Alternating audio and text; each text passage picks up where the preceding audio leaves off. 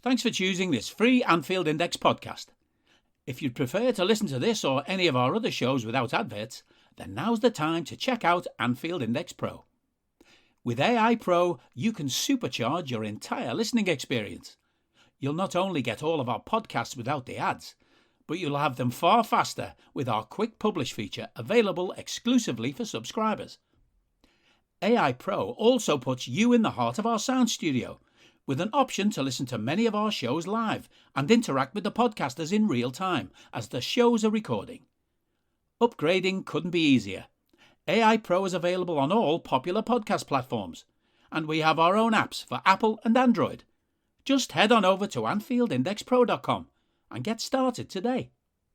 Hello and welcome to Post-Match Raw on the latest edition of Post-Match Raw ever, because 8:15 kickoffs for some reason in the FA Cup. Why not? Thank you for that, FA. But I am joined by Lisa Marie. How are you doing, Lisa Marie? I'm doing fine. It's not as late here on the other side of the Atlantic, so sun's still up, as a matter of fact. Now you're talking about showing off. That's just showing off. And we also have Stephen. How are you doing, Stephen? It's not sunny here. It's very, very dark. It's not been sunny for a while here, to be fair. Maybe give it a month or so. But yeah, regardless of the weather, Liverpool are through in the FA Cup. I think it's the quarterfinals next. It just seems to randomly turn into finals and semi-finals. I'm pretty sure it's the quarterfinal. We have just beaten Norwich 2-1, which is lovely. In a bit of a dull game, let's be fair, but these rounds of the FA Cup tend to be. But and honestly, I mean, Guy, yeah. Wouldn't anything be dull after Sunday? That is true. You go from the best 0-0 ever to a pretty comfortable 2-1 victory. It's not the same, is it? It's not the same. No. But that's okay. They can't all be exciting. That's what makes the exciting ones even more exciting. That's true. I'll take a nice easy 2-1 on Saturday, to be fair. Any day of the week. Amen. Exactly. But we'll get into the starting 11. I'll stick with you, Lisa Marie. Obviously, a lot of changes from the weekend because we did play 120 mins. But it didn't look... It's not what it was earlier in the season where we had a lot of youngsters playing. Everyone was recognisable. Everyone's played first team minutes this season. Agreed. When I first saw it, I was kind of like, oh. I mean, we knew there were going to be a lot of changes. I mean, that was to be expected. I was when I first saw both Henderson and Milner, I was kind of like, oh, wait a minute.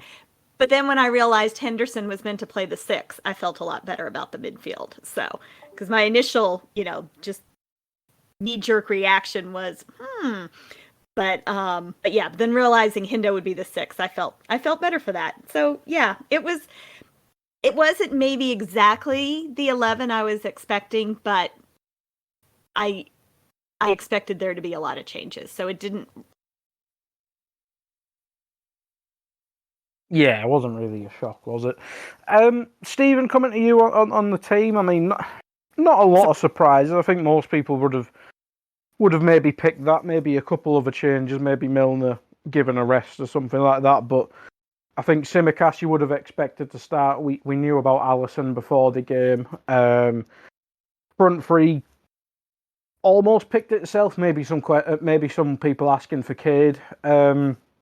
But it's still a pretty strong team overall. We got to see Tsimikas doing his Moreno impression down the left, and really, really enjoyed that. We got to see. Really enjoyed Grandpa Milner. Playing a bit of vets football when no one's allowed to tackle him. Apart from the goal, I really enjoyed the centre back pairing tonight. I think we're starting to see now that Joe's role's basically back up to VVD, isn't it? Or back up to everybody. Mm-hmm. He's turning into a modern day Cara, just plays everywhere. So, and the rest of the team was kind of as expected. Yeah, it was fine. Sometimes you see the lineup and you're just like, yeah, it's fine. There were players like Fabinho So, like, seeing Hendo play in the 6 was good because I didn't want to see Fabinho anywhere near the match tonight. So, yeah, fine. Yeah, that's pretty much how I feel about it. Stephen, I'll stick with you. A player we've pretty much got to discuss quite a lot this season with us two doing most of the domestic cup games. It is Curtis Jones, and he starts off the game quite well. What? Can't read my bloody text. 8 minutes in, I think he hits the bar. But even in the entire first half, he's probably the player of the half, and I think we've discussed it throughout the season. Really, he's kind of a divisive player, but the talent's clearly there, and I think that's what the first half shown. Yeah, I mean, apart from Taki's goals, I thought the first half was the CJ show, right? He hits the crossbar in what, 8 minutes? A couple of minutes. He's played a ball through to Jota, hasn't quite come off, and then a couple of minutes after his shot, he's had another couple of good moments, putting it back for Taki and after a terrible corner. But I just think all the good things were.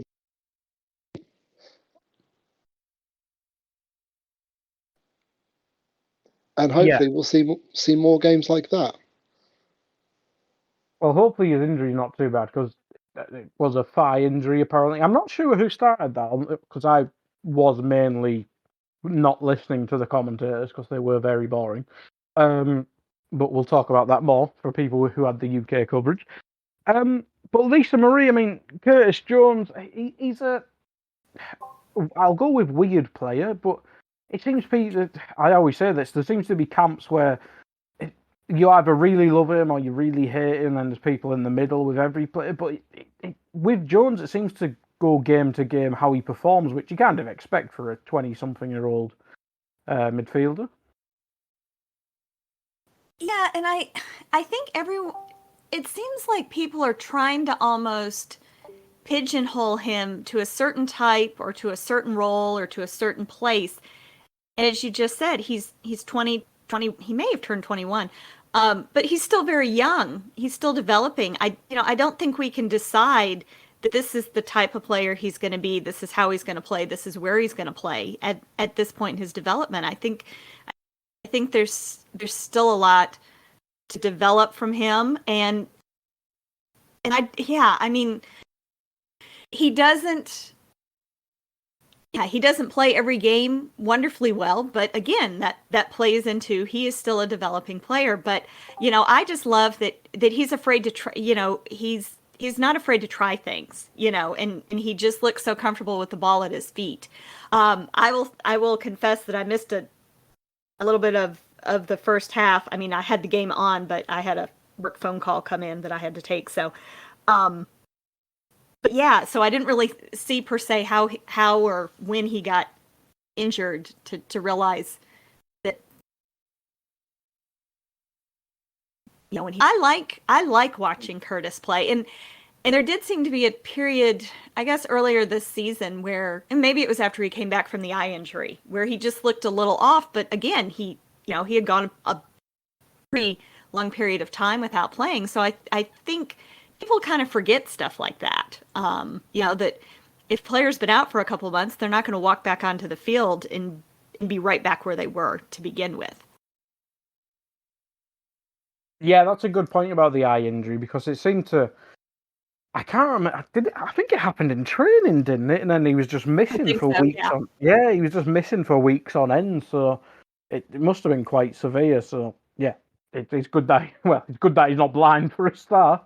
But yeah, it must have taken a while to come back. And hopefully this is him finding his feet, and hopefully the injury isn't too serious as well. Because if he plays like that, it'll be very useful. I think Sam Maguire did an article on the site talking about whether he should be loaned out, and maybe that's what we kind of got to decide with the remaining games left in the season. But yeah, Stephen. I mean, Stephen, just to finish on Curtis Jones, he's obviously useful to us, but loaned out next season, I think there's an argument either way. But I'd be interested to see him playing 30 odd games a season for a team. I think he stays. I'm not convinced that we're going to keep all of our current midfield, and I think that There are lots of games like today where teams play a deeper line and our front three don't get as much room. And today really suited him because the room was all in the midfield. Like Hendo was all right today because he wasn't getting pressed. And Curtis was really good today because he got room to be progressive. He either made room by taking a player on or he was just in acres of space and he was making good decisions. And I think the more time he spends training day in, day out with Thiago, he'll pick up those traits of that lovely little turn Thiago does when he wins the ball. Not wins the ball, when he receives the ball. And he'll pick up those traits of when to hold it and when to be progressive a bit more quickly. Because sometimes he holds it a bit too long or sometimes he releases it a little bit too quickly. But I think these games against Norwich, against teams that play a deep block, against teams where picking up the ball from the halfway and trying to make something happen. I think it's good to have him in the team, and I think we'll need players like him to break teams down. But also, it's a good opportunity for him. So I think he should stick around. As I say, I can see both sides, but it would be. I'm not sure what team it'd be. I mean, people usually say Brighton or something like that in that situation, but maybe Villa. Obviously, Gerrard connections, but they have their own prospects in that position. Would be interesting, but yeah, if he stays, I'm not annoyed by that, and I don't think anyone really would be. Seriously, I've just closed my notes like a silly person. Hold up, people. Every time the live recording. There we go. Norwich have a chance. I think it's Placetta, or however you say his name. Did a nice turn. Pookie has a bit of a crap shot. Simicas has a nice shot blocked for a nice Jimbo cross. But Lisa Marie, Minamino loves a domestic cup, and yeah, it's a nice little goal. Simicas cross to Origi, who just controls it and lays it off to Taki. A nice finish. Minamino just loves the domestic cups. He does, and I really wanted him to get a third today. But yeah, he does like the cups.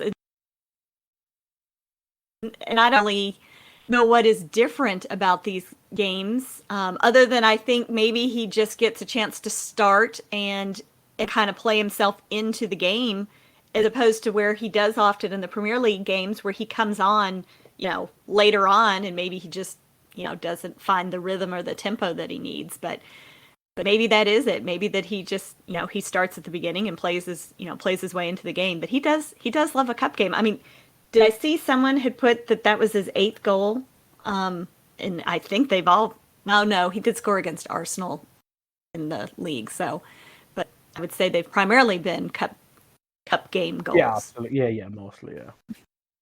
So he does like it, and I like TAKI. I really do. I just really want him to do well. I can't really put my finger on what it is exactly that I like about him as a player. I don't know if I feel a little bit badly for him that, as he came in and he just never really had a chance to settle properly into the team before, lockdown and all of that, mess or what. But he just seems like, you can tell he's very hardworking and he's very, as all of our players are, of course. He looks so happy. But he does. He does look happy. It's like Bobby. It's why I love Bobby. Bobby's always smiling. Taki today, like when he's playing well, he's got a big smile on his face and he looks like he's enjoying football. And there's just something really pleasant about watching players enjoying playing football because it's a game, right? So. And I think this season, I mean, even though he has primarily been playing in the Cups, because he's had much more consistent run of game and run of play, I think it's built his confidence quite a bit. So, I mean, I felt it was a little bit of a shame that he didn't get to play any on Sunday because, he kind of deserved it. But, it is what it is. And yeah, but you're right. I think he does. He does seem a bit more relaxed a little bit in his play as the season has gone on. And I mean that. And I think he's gained the confidence that, coming on in these games and doing well and scoring the goals and everything. So I think that build of confidence has, helped his play as of course it would, but even in just that, kind of a little bit of a relaxed manner to where, he probably, tended needed to come on, go show them what I can do, and that seems to have come out of his underlying play a little bit here in the last few months, in my opinion. I think the fact he's consistently playing on the right of the front three now, and we've stopped messing around with him on the left and as a false nine, I think it suits him a lot more. And I also think it suits him when he plays with two forwards and not Bobby. Like when his job is to try and be the more creative player, he's ended up scoring more goals because he's getting into more space. When he plays with Bobby, I find they often trip over each other because they both want to make that pass or that move or that room for the team around them. And, Jota's been really, really good this year. By having Jota on the pitch, it just gives him more space. And people are kind of taking, even though Divi went on holiday after like the 27th minute, people are taking Divi a bit more seriously because he's scored some big goals again. So I think playing with two strikers suits him. And yeah, I think he was good today. I think he linked up really well with CJ before he went off, and just enjoyed watching someone enjoying playing football. It's always nice, isn't it? Well, and then even, he and Harvey were linking up very well, I felt, in the second half as well. There was some nice link up play between, and I mean, even just down the right, even, Milner to Harvey and Harvey to Taki. I thought there was some nice little interplay between all three of them there. Yeah, and Ox in the first half, I took down notes around like the 19th minute that Ox and CJ was starting to sort of really link up really well, and there was an Ox through ball that led to a corner. I think that side worked really well. Just Grandpa Milner. Oh, but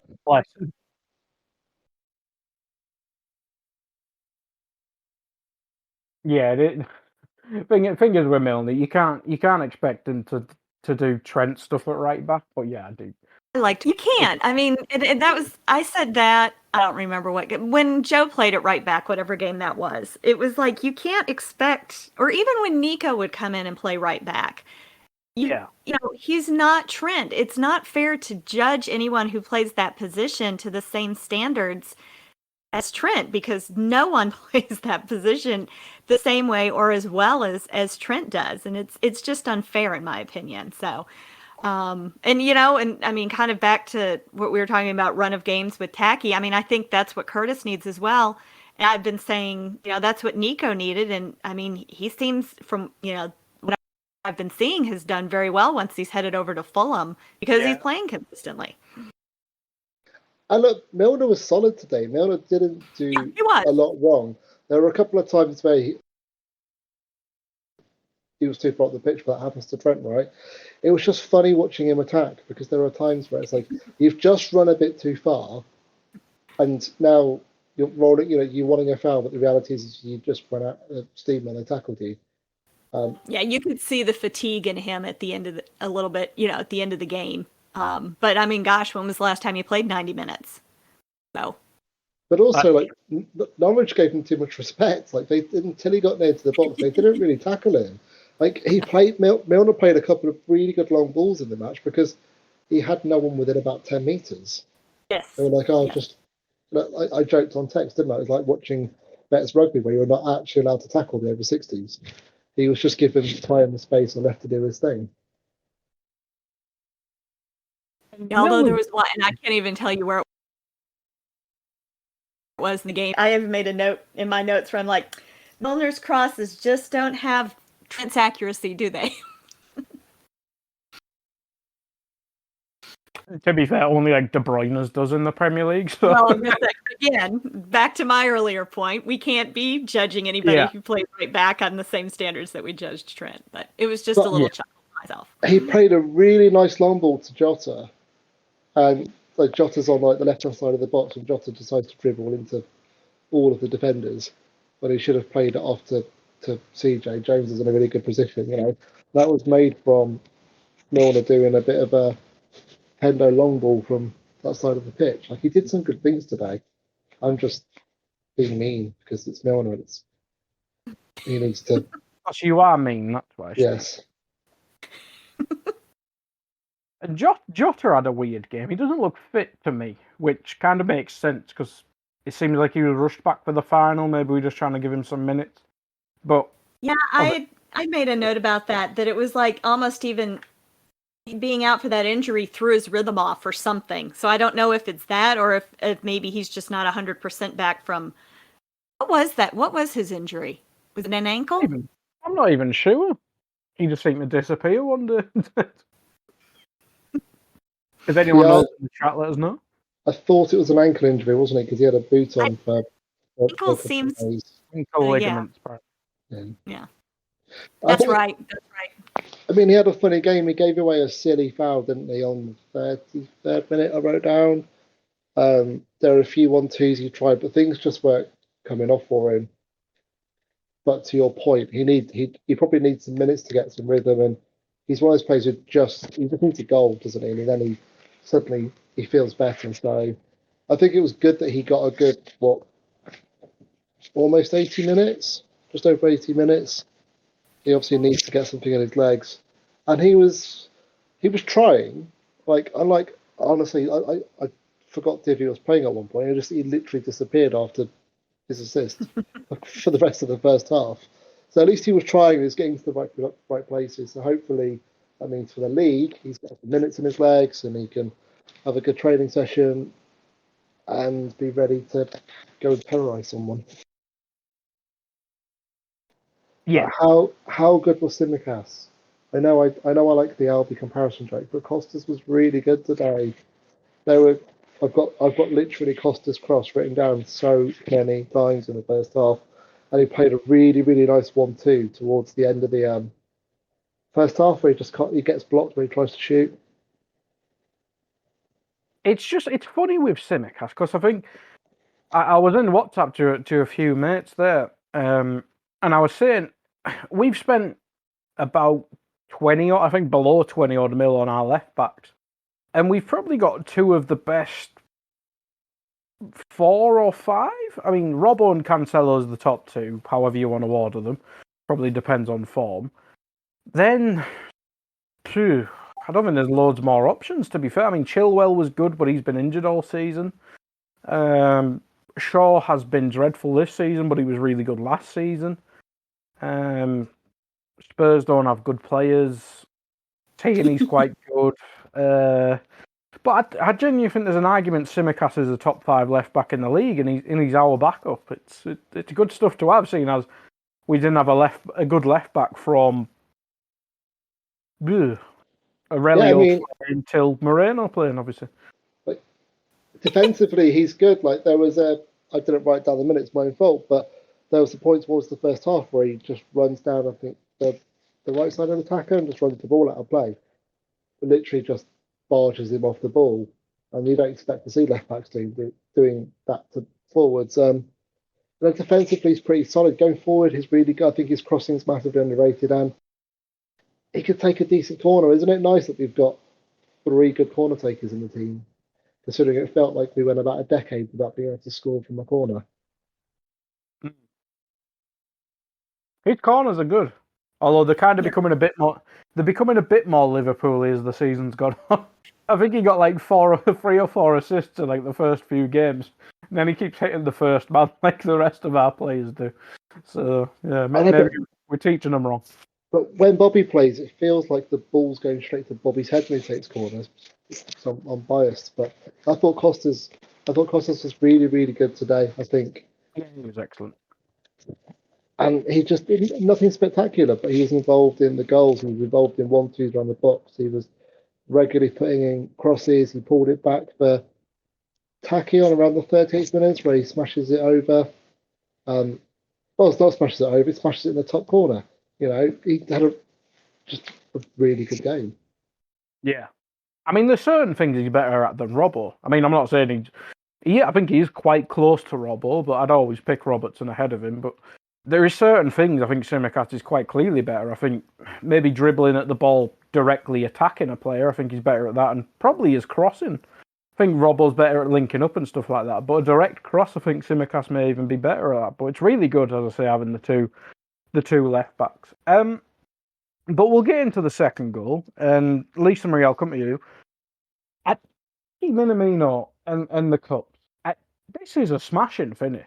Oh, It's a badly cleared corner, and then he just puts it top bins. Yeah, oh, absolutely. And actually, I was on the phone for that. I mean, I was watching it on TV, and I was on the phone with a colleague, and I had to keep myself from going, from going, yeah, giving myself away. So no, it was, and I even actually went back at halftime, and I kind of, rewound the coverage back so that I could see the build up play to it, because just for a split second when they were kind of celebrating it, I was like, are they replaying the first goal or did he just score a second one? And, just to make sure that I wasn't, confused for a minute, since again, I wasn't watching super closely at the time, but no, it was the build up play to it and everything. It was very nice. Very nice. Yay, TAKI. Yeah. Someone had his record up in the chat. It was a Simon Brundish tweet. A goal or an assist every 84 mins for TAKI this season. 10 goals as the fifth choice attacker is fucking awesome. That is a quote. Yeah, he's had a really good season. I think we basically discussed it. It's just weird. Well, not weird because we have the options there, but in the Premier League he doesn't get any minutes. But you can tell he's a quality player. And obviously, as a starter, he's probably never going to be it at Liverpool. But if he wants to be a squad option and just get us to domestic cup finals, I'm happy for him to stay because he's a good player. He loves the cups, and that's when he's going to play him most of the time. And push comes to shove, if we needed him in the Premier League for a couple games, I think most people would be fine. He's just obviously not at Mo Salah's level, Sadio Mane's level, and probably Jota and Luiz's level just yet. But as a Premier League player, I have no doubt he could do a job for many clubs in the league. Absolutely, and I think that's what we're seeing more right. We're really enjoying this this period right now where we have a squad. It's you all were talking about Costas. It was like, yeah, I don't when you see his name on the lineup, it's like, okay, cool. You don't cross your fingers and hope for the best. You're like, yeah, great, that's fine. And I even pretty much feel that way about TAKI. I mean, of course he had to play, I think he played some of the league games, in January when we were without Salah and Mane. And I thought, that was fine. So I hope, I know there's been some talk about him maybe moving on. I don't want him to. I want him to stay for the very reasons that you just said. Yeah, and plus Origi's moving on in the summer by most accounts. Although Origi's been moving on for every summer for years now, so he'll probably be here. Even if he doesn't have a contract, he'll still be at Liverpool summer. But yeah, I think Minamino definitely has a place. Stephen, your thoughts on the second goal? Fucking brilliant, wasn't it? Absolutely. It was a proper smash top bins. Really, really good. Really, really good finish. And it came from what we were just saying about Costas, and a pretty decent cross from the corner. I think it's centre half heads it out, and it almost looks like he was in a position that if the defender cocks it up, he's in a good place to shoot, right? So I think I wouldn't say it's like a training ground move, but I think it was almost expected that with the cross going in so close to the keeper that if a defender heads it away, he's got plenty of time and space. And the first time I watched it, I was convinced it was the corner of the box. It's only when I rewatched it I realised he smashes it in from 8 yards out. But really composed finish, and I think the big difference is he seems to be happy and has accepted his role as the sixth attacker now with Diaz coming in, and it's like it's taken the pressure off him, and now he's shooting and scoring. Whereas previous seasons gone by, it's almost like he's felt the pressure of being in for Salah, and he's missed good chances. Whereas this year he looks a lot more relaxed, and it's working for him. I think he's, I love it when you see the laces go through it. Yeah, absolutely. But that's basically it for the first half. Basically it for the game from our point of view. We go to half time. We mentioned it. Jones comes off for Elliot. they make a sub as well. Sargent on for Placetta, who seemed to have a collision with one of the advertising hardens. He might have injured himself. Hopefully he's fine. Hopefully Jones is fine, as we say. But the first thing of the second half, Lisa Marie, is Norwich having a chance. So that's kind of how the second half went. They weren't overly threatened, but Norwich kind of, well, they had to try. They were 2-0 down. Yes, they did have a couple of chances, and I think they just like to make us nervous and keep us on our toes. They don't want us to feel too relaxed while we're watching the game. We don't want it to be any fun, because it did. I mean, at one point, I'm sitting here with my feet up, watching the cat take a bath in front of the TV. I don't know if any of y'all saw my picture on Twitter. But I did. Yeah, it was. I did. I seen it. Yeah, well, he was just sitting there in that. I mean, he was actually taking a full scale. Yeah, he was grooming himself. But yeah, it was. So yeah, and isn't that kind of how it started with them? Well, I mean, they scored fairly early in the second half in the league game a week or so ago. So yeah, I think they like to keep us on our toes. I don't know if we were just kind of like, oh yeah, the first half was easy, let's whatever. But anyway, yeah. And, part of me feels a little disloyal because, there's so few American players in the Premier League. I always kind of feel the need to cheer for them, but not when they're playing us. So. Hey, you've got a manager now. Yeah, I know. We're taking over. Y'all better watch out. Exactly. So, yes. Yeah, I was going to be very upset if Pulisic was the one who scored again, in the Chelsea game on Sunday. But anyway, that's neither here nor there. But yeah, it did. They started off trying to give us. But the thing that, because I just realized we didn't mention Ox, I don't think, at all in the first half. And I kept having to kind of remind myself that he was playing. But he did have that nice try, fairly early in the second half. That just missed. So, but I really wanted him to. I feel like Ox is just he seems a little lost right now to me. Yeah, I was going to bring up Ox. We had a couple dodgy performances, Stephen, but Ox, maybe Gomez to a certain extent. He had a couple sloppy moments, and we'll get to the goal, obviously. But there's a couple players there you're looking at and thinking, you're probably too good to be squad players at Liverpool, and maybe the wrong fit to be squad players at Liverpool. I look at Ox, for instance, and think you should be playing week in, week out as much as you can at a certain level team, and you're never going to be that at Liverpool.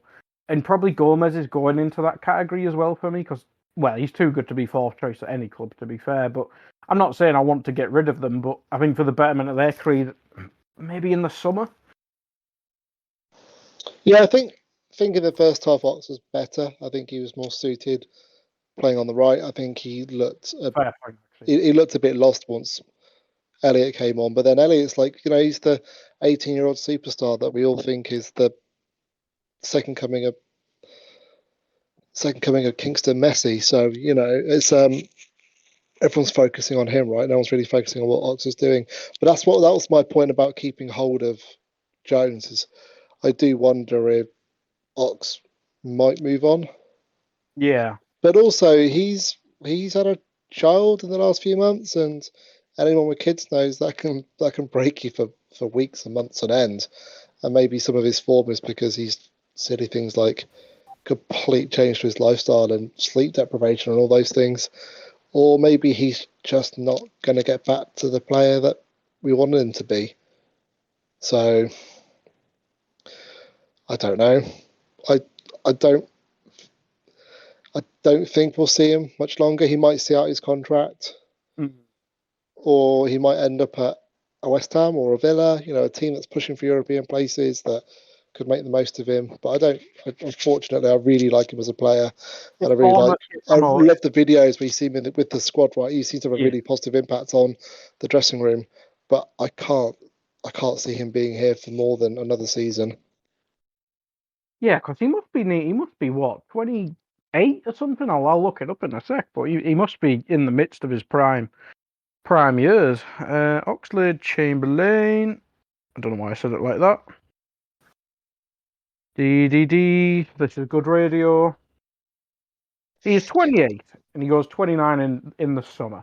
So yeah, he's in the middle of his prime. So yeah, maybe he wants to be playing a bit more.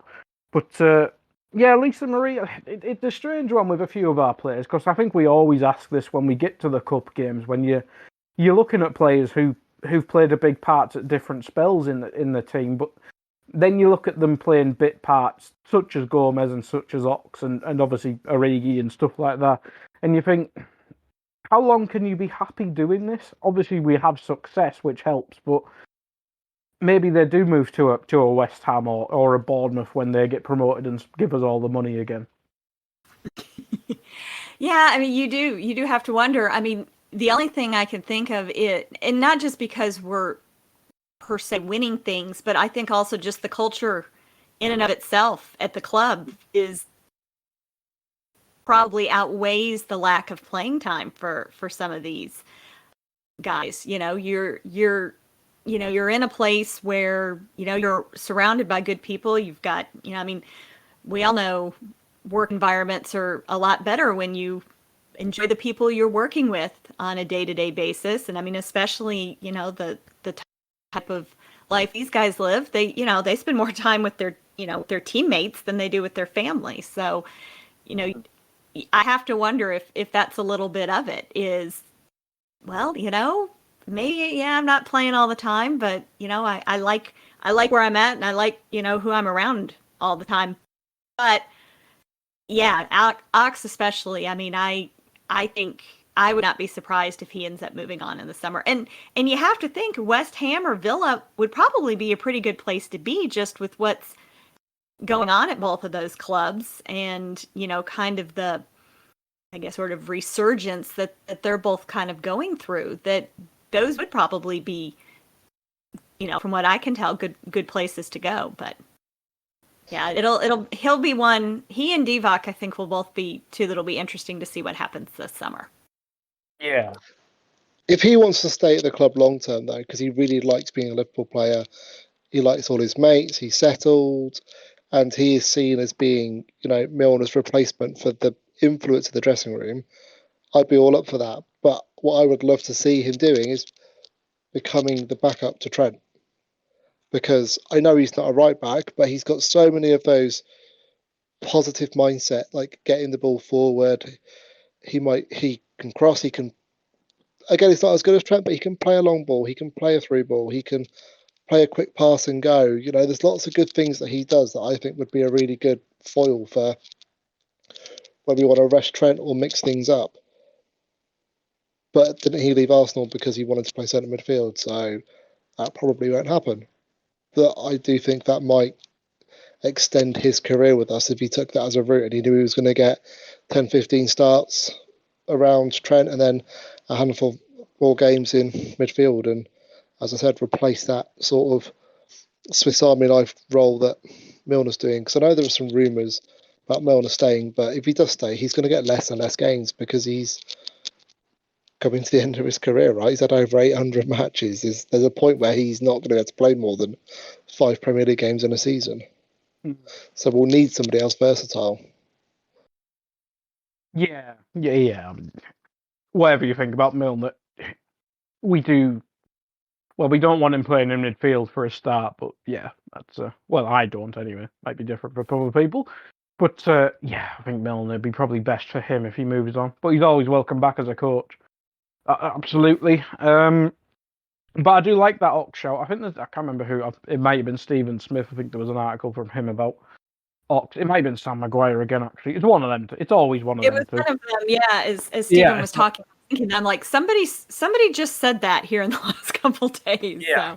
So I didn't have a chance to read the article, but I saw the headline. Yeah.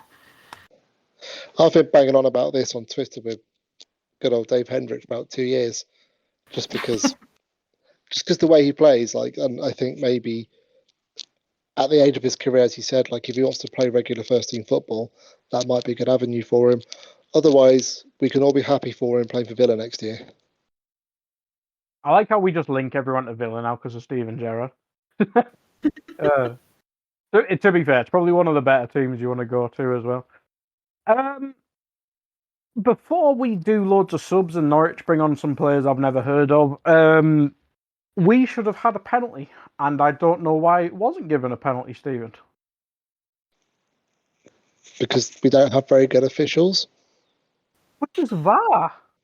I don't understand. You can't blame a piece of technology.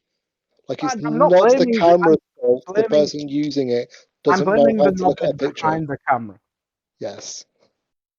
I don't know which knobhead it was, but he's a knobhead. I mean, maybe they just felt bad for Norwich. I don't know. It was the commentary team were like, I can't remember the name of the main commentator. He wasn't convinced, and Alan Smith was like, "That's a penalty." And they showed the replay, and he was like, "That's a penalty." And he just doesn't like us. When he says it's a penalty, then it's a penalty, right? It just was a penalty. I don't understand why it wasn't. It's just strange to me. Lubo's just shared something in the chat, which is more important now. Klopp says Curtis Jones felt his thigh a little bit, hence his substitution, but he hinted that it wasn't a serious problem. Now, we know with Klopp, he does lie about injuries, so we'll take that with a pinch of salt. At the same time, right? He could be out a month. But at the same time, don't take a risk. We're cruising. We've got plenty of options. Get him off because we're going to need him. Yeah, exactly. And well, maybe we did lose control of the game a bit because I'll come on to the subs now, where we should have obviously had a penalty. Ox hit the post a bit earlier on than that, but we make another couple subs. I think Morton comes on for Henderson, who we obviously need to protect at the minute with a couple injuries in midfield. Whereas Norwich bring off 3 people. I didn't even know who came on. That's how lazy I got here. But Pookie, Norman, and Rashika came off, who were probably 3 of their most key players. They brought, I can't remember his first name, but Rowe came on, a young lad I've never really heard of, but he seemed to make an impact. But he was probably the only one who really attacked Milner on that wing, and he made a bit of an impact. I can't remember who else came on, but Sargent came on at half time. But Norwich were quite good in the second half, to be fair to them. We just I think we stepped off the pedal a wee bit, and that's kind of why they got a sloppy goal. Look, for all the things we say about Hendo, when he goes off and Morton comes on for him, he's end of the day he's playing with Ox, who is playing within himself at the moment, and another teenager in Elliot who's trying to make things happen further up the pitch, and he just doesn't necessarily have the experience to always be in the right place or make the right pass. I put down that about the 16th minute that Morton picks up the ball in a really good, he's got really good possession. He's in a really good position as well, but then he just makes the wrong decision on the edge of the box. Like, he's a kid. We've got to be patient. Yeah, you got to be patient. I think Morton, obviously, Morton's a young lad. He's number 6 at the minute, and he's played well this season. He kind of needs to play with Thiago and Keita and the really good first team players to get the best out of him, rather than Ox and Harvey, who you've not really got anyone there trying to. To be fair, I think that's more apparent with Harvey. To be fair, I think Morton. I think there's different levels of youngsters there. Morton's kind of more of a surprise package, whereas Harvey, we kind of seen it from the beginning, haven't we? I think with Harvey, you kind of need to give him the platform of the better players to let him go be himself. Whereas when he's playing with Morton and Ox, I think he's kind of almost playing within himself a bit too much, and it's almost like no point playing him. I'm not, but he obviously needs the minutes, but he's not playing his natural thing. Whereas Morton, I agree, but I don't think he needs Thiago and stuff. I think he may need someone like Henderson basically just shouting at him. I think he needs a bit more experience in front of him, controlling the game a little bit more. We know how great Ox can be on his day, but today he wasn't doing a lot. And that means there's normally somebody between Fabinho and, if it is Harvey, right? Someone who's playing the old Ginny role, what Keita's doing a really good job of, that Thiago's world class at, which is controlling the pace of the game and knowing when to slow things down and speed things up and being that connecting player. And Ox isn't that connecting player. And one of the things Thiago is world class at is knowing when to drop into a double pivot, when to push forward. And again, Ox doesn't. That's not part of his game. So Morton was kind of left a little bit isolated. Okay, Norwich didn't push him too much apart from for the goal, and he'll learn from today. But he didn't really have somebody around him to give him simple passes at times. No, Well, and he also, even if you think of who was behind him, I mean, of course, Gomez just hasn't played as much, but I think if, maybe Van Dijk or even if Robertson had been at left back, again, two players that are more likely to maybe, shout some instructions. Difference too. Whereas, I'm not saying that Joe and Costas don't do that, but it's not necessarily something I've noticed either of them tending to do. So that may have contributed as well. Yeah, no out of context Joel Matip, just throwing limbs and shapes as well. Well, Joel Matip would just be in midfield at that point, to be fair. So, yeah. Yeah, I think we're not really blame the young lads. We did lose control a bit, but it's two 18, 19-year-olds against what is a Premier League team, whether they're 20th or not, it's still a Premier League team. They're basically 21st in the Premier League because they will get relegated, then come back up. But then one of those 18-year-olds plays a really cheeky ball for Ox that doesn't come off, and then puts it on a plate for Jota at the back post. I didn't say he was a bad 18-year-old. And you've got to admit, like that 68th minute, Elliott's crossed the back post. I was pretty much ready to cheer. I just expected it to go in because that is such a Jota goal. I remember when we first, like the day we signed Jota, Sam Maguire had an article up just showing how many goals he thought that Jota was going to get from back post headers and tap-ins because the way he plays. And I was like, oh, go no, he's missed. He never misses. But we already covered that Jota didn't seem quite at it today, or he just seemed, his timing or something was just a little, I can't even put my finger on what it was, but there was just something that wasn't quite right. So I think most games this season he would have got that header in, but that's okay. He's allowed to miss one every now and again. And then we had to put up with some rubbish commentary about Ibu. Talking absolute tripe about how long it's taking him to settle in. What commentary did you have? ITV. Oh, you 72nd minute. They went on some rubbish about how long it's taking him to settle in and why it would be so hard to settle in as a centre half for us. It's like he's been pretty much class. It's his first match. Yep, Have you been watching the same player as the rest of us? Yeah, but it's Sam Matterface and Lee Dixon. Like, it's the most boring duo ever. Nobody listens to them. I would when I saw it was on ITV, I was praying for Ali McCoist, and it just wasn't. I couldn't be bothered, so I was basically just zoned out, not listening. So yeah, you don't have this problem, Lisa. You might have your own awful commentators, but yeah, on ITV. I'm not even sure who that. I mean, I'm on it was on ESPN over here, and I mean the in-studio team is horrid. No. And it was on ESPN Sunday as well. And we had Peter Drury and I can't remember who the other one was. So that was okay. But today, I don't know who they were, but they were boring. I mean, I kind of didn't even really listen to them very much. So, I wouldn't call them controversial. It might have been ours. It might have been ITV. It might have been because they do that sometimes. I don't know who they were. I didn't remember hearing them talking about Even I might have actually been on the phone at that point as well. I had two phone calls, one in the first half, one in the second half. So the worst thing is, the better. The worst thing was Ebo had literally just owned Rowe, and had basically walked the ball off the pitch, letting the kid try and run into him and run through him, and he just said he was like, "You're not coming through me. The ball's going up for a goal kick. Get out of the way, mate."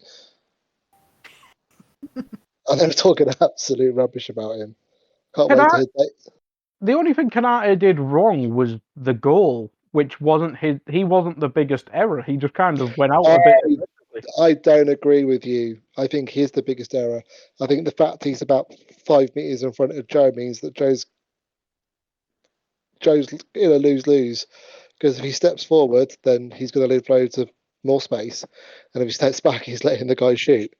I think everyone's going to blame Joe Gomez, but I think it's Ibu's fault for being massively out of position, having done a bit of a Matip and gone wandering. And there's no out of all our centre backs in recent years, you pick Matip to go wandering. Not Skirtle or Lovren. You pick Joel Matip. I'm sticking to the ones that still play for us. Dare you? How dare you pick on Joel? We've had some wonderful Lovren and Moreno podcasts over the last decade, Guy. We don't need to. Moreno with it. I know, but when they were together, they were just a terrible combination.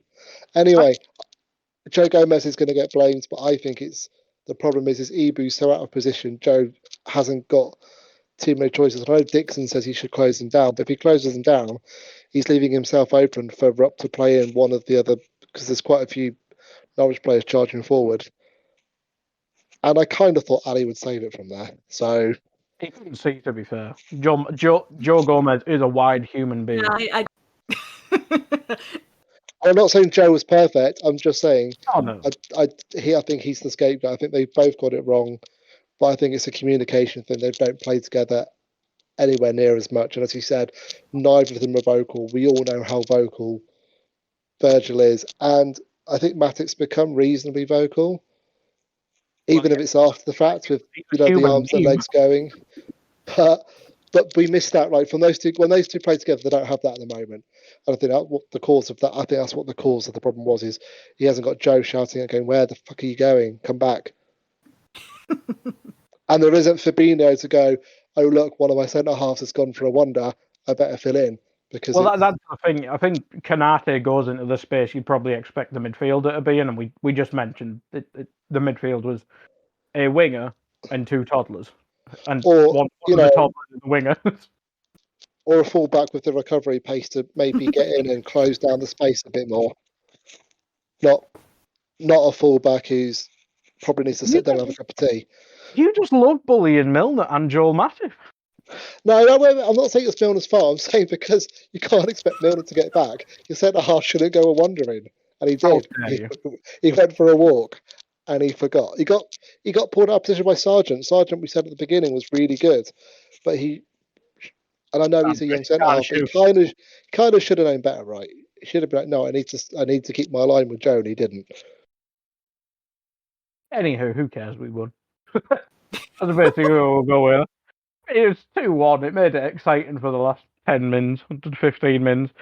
So basically, after their goal, we go, well, we'll bring on Diaz and Mane, and that'll stop them going forward.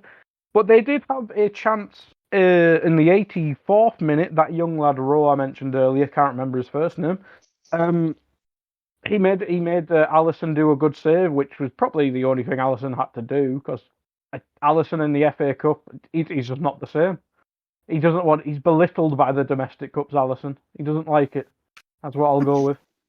Yeah, there was a moment at the end of the first half where there's a shot going miles wide. I think Lee Dixon on commentary said that Ali's dived for it because he's bored. He was. He probably was. Well, he was bored. The pundit that I had kept calling him Becker, and it was driving me nuts. Oh, no. To be fair, at least that's his name. We still get the occasional one who calls him Firmino, and I just want to die inside. Yeah. It's like, it would honestly take like me 7 years. a second to realize who he was talking about. So. Oh, wait a minute, yes. So, yeah. I can't be dealing with that. But that's pretty much the game. That was kind of it. That was pretty much the game. A bit boring, but we're through, and we see who we have in the draw tomorrow. I'm not sure of all the teams going through. We can still play. Well, depends if Boreham would get upset by Everton tomorrow. But yeah, any people. Chelsea won, Southampton won, Middlesbrough won. I've been promised tickets by Gags if we go there. So hopefully it's Borough. But anyone you want in the draw, Lisa Marie, before we go? I don't know. I guess for you guys, like Middlesbrough. There we go. There you go. Stephen, who would you like?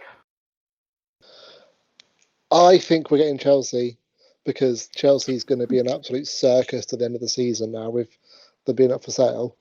I wouldn't mind West Ham away just because I can go to the match after work because the office you can see the stadium. West Ham got knocked Yeah, out. but West Ham lost. Oh, so- they lost to Southampton, didn't they? So that's no good to me. I don't care. I said on Sunday we're winning it all. We're winning the quadruple. I don't care. Bring on everybody. Well, there you go. I mean, would you rather play Man City now or later in the semi-final? Play them now just to really piss Pep off. Oh, that'd be good. Get City at Anfield. That one. I'd probably prefer that than City at Wembley. To be fair. When it's 10 minutes to go, bring Milner on just to keep kicking them. No, because he'll get sent off like he should have. He should have in the early game. It's fine. Diaz will have a hat trick. We'll be winning, and he can come and That's kick him. true. Diaz could embarrass Kyle Walker.